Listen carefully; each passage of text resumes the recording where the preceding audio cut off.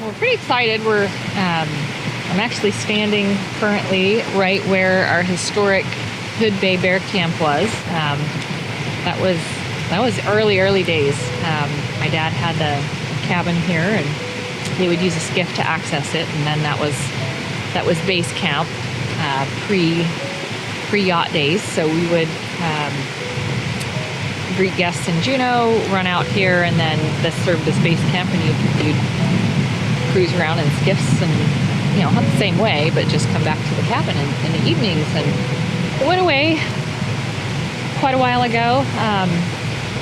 Countryside took over. It was all covered up in brush and little pile in the woods, and so we have had the ground in our family for more than 50 years, and thinking on it, and so we're pretty excited. We're putting up a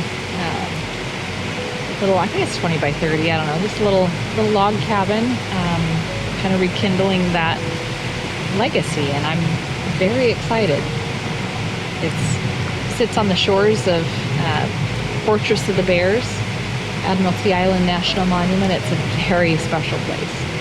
So we'll use it as was done in the past as a base camp, and same thing, have skiffs to access the different hunting areas, whether it be spring or fall, and it's a phenomenal place to hunt. So looking forward to it. It's going to be really, really cool. It's a much different atmosphere, and it's just magical. All of it is. Southeast Alaska is quite a place.